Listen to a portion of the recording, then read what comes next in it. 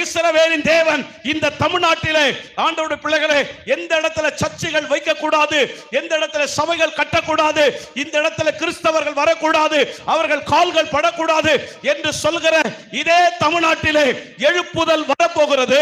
எழுப்புதல் ஆரம்பமாகிவிட்டது.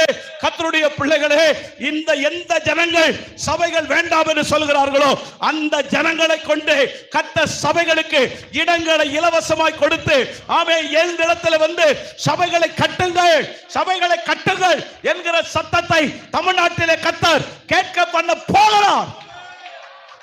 தராஷே ஹபாரே ராகா ஷாகா தாரா. ஆமென், ஆமென், ஆமென். நிறைய சத்தம் இந்தியாவில் கேட்கலாம், நிறைய சத்தம் பயங்கரமா. சில பேர்லாம் சத்தம்